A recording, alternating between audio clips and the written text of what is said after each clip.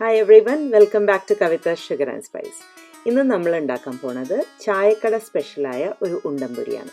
ഈ റെസിപ്പി എനിക്ക് കിട്ടിയത് ഞങ്ങളുടെ വീട്ടിൻ്റെ അടുത്ത് ഒരു ചായക്കട നടത്തുന്ന ലക്ഷ്മൺ എന്ന് പറയുന്ന ഒരു ചേട്ടനുണ്ട്. അവരുടെ കടയത്തെ റെസിപ്പിയാണ് നമ്മൾ ഇന്നിവിടെ ഉപയോഗിക്കാൻ പോണത്. ചെറിയ കുറച്ച് മാറ്റങ്ങൾ ഞാൻ എൻ്റെ ഇഷ്ടത്തിന് വരുത്തിയിട്ടുണ്ട്, പക്ഷേ ഏതാണ്ട് അതുപോലെയൊക്കെ തന്നെ ഉണ്ടാവും. ഏതായാലും നമുക്കിതെങ്ങനെയാണ് ഉണ്ടാക്കേണ്ടത് നോക്കാം. ആദ്യം നമുക്ക് ഒരു 100 ഗ്രാം ശർക്കര ഒരു 1/4 കപ്പ് വെള്ളത്തിൽ ഉരുക്കിയെടുക്കാം, ചെറിയ ഫ്ലെയിമിൽ വെച്ചിട്ട്. അങ്ങനെ നമ്മുടെ ശർക്കര പാനി ഇവിടെ റെഡി ആയിട്ടുണ്ട്. നമുക്കത് ഒരു സൈഡിലേക്ക് മാറ്റി വയ്ക്കാം, കാരണം നമ്മൾ തണിഞ്ഞതിന് ശേഷമാണ് അത് ഉപയോഗിക്കാൻ പോകുന്നത്. പിന്നെ ഞാനത് ഇങ്ങനെ ഒരു വലിയ പാത്രം എടുത്തു. ഇതിലേക്ക് നമ്മൾ ഒരു പഴത്തിൻ്റെ പകുതി കഷ്ണം ആഡ് ചെയ്യാൻ പോവുകയാണ്. നാട്ടിലൊക്കെ ചെറുപഴമാണ് നമ്മൾ ശരിക്കും ഉപയോഗിക്കേണ്ടത്. അപ്പം ഇവിടെ അങ്ങനത്തെ ചെറിയ പഴം കിട്ടാൻ ബുദ്ധിമുട്ടുള്ള കാരണം ഞാൻ ഇങ്ങനെ ഒരു വലിയ പഴത്തിൻ്റെ പകുതി കഷ്ണം എടുക്കുകയാണ്. നന്നായി പഴുത്ത ഒരു പഴമായിരിക്കണം. അതിനെ നമുക്ക് ആദ്യം ഒന്ന് കൈ കൊണ്ട് മാഷ് ചെയ്യണം. അപ്പോൾ മാഷ് ചെയ്യുമ്പോൾ അറിയാമല്ലോ നന്നായിട്ട് പഴുത്തിട്ടുണ്ട്. അപ്പോൾ അതാദ്യം നന്നായിട്ടൊന്ന് മാഷ് ചെയ്തെടുക്കാം.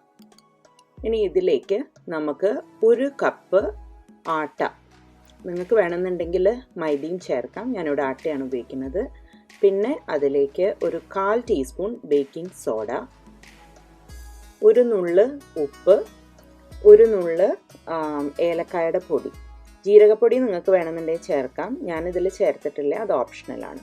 എന്നിട്ട് ആദ്യം നമുക്കിതൊന്ന് കൈകൊണ്ട് ആദ്യം ഈ ഡ്രൈ ഇൻഗ്രീഡിയൻസ് ഒക്കെ മിക്സ് ചെയ്ത് കൊടുക്കാം. അതിനുശേഷം നമുക്ക് ആ പഴവുമൊക്കെ അതിലൊന്ന് മിക്സ് ചെയ്യാം. എന്നിട്ട് നമ്മുടെ തണിഞ്ഞ ഈ ശർക്കരപ്പാനി ഞാനതിൽ കുറച്ച് വെള്ളം ഒഴിച്ചൊന്ന് ലൂസാക്കി, അത് കട്ടയാവുണ്ടായിരുന്നു. അപ്പോൾ അത് ഇതിലേക്ക് ചേർത്ത് കൊടുക്കാം. എന്നിട്ട് ആദ്യം നമുക്ക് ഇതിനെ ഒന്ന് മിക്സ് ചെയ്യാം. നമുക്ക് ഇത്ര വെള്ളം മതിയാവില്ല, പക്ഷെ ആദ്യം ഇത് മിക്സ് ചെയ്തതിന് ശേഷം നമുക്ക് കുറച്ചായിട്ട് ശ്രദ്ധിച്ചിട്ട് വേണം വെള്ളം ചേർക്കാനായിട്ട്. അപ്പം ഞാൻ ആ ശർക്കരപ്പാനി ഉണ്ടാക്കിയ പാത്രത്തിൽ തന്നെ കുറച്ച് വെള്ളം ഒഴിച്ച് മിക്സ് ചെയ്തിട്ട് ഇതിലേക്ക് ഒഴിക്കുകയാണ്. അതാദ്യം നമുക്കൊന്ന് മിക്സ് ചെയ്തെടുക്കാം. അപ്പം ഇതൊന്ന് ആദ്യം യോജിപ്പിക്കാം. എന്നിട്ട് ഞാൻ നേരത്തെ പറഞ്ഞ പോലെ നമുക്ക് കുറച്ചായിട്ട് വെള്ളം ഒഴിച്ചു കൊടുക്കാം.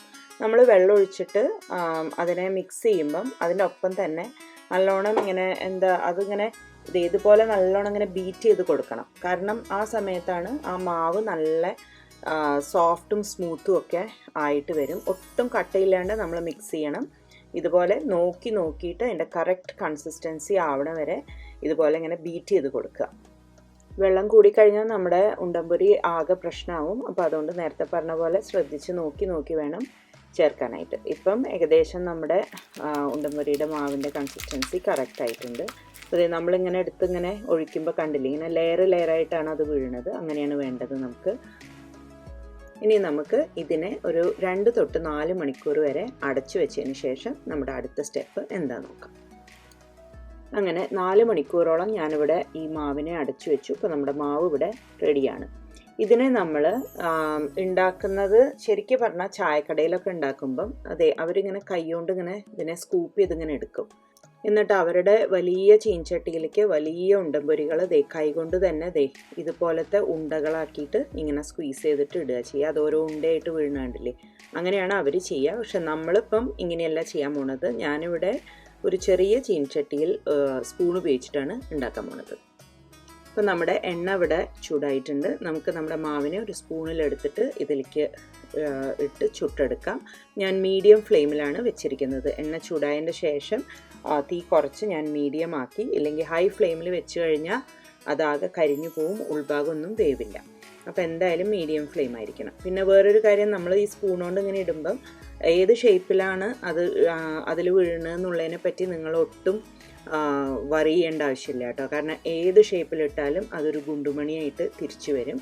അപ്പോൾ അതുകൊണ്ട് നിങ്ങൾ വെറുതെ ഇങ്ങനെ സ്പൂൺ കൊണ്ട് കോരിയിട്ടാൽ മതി.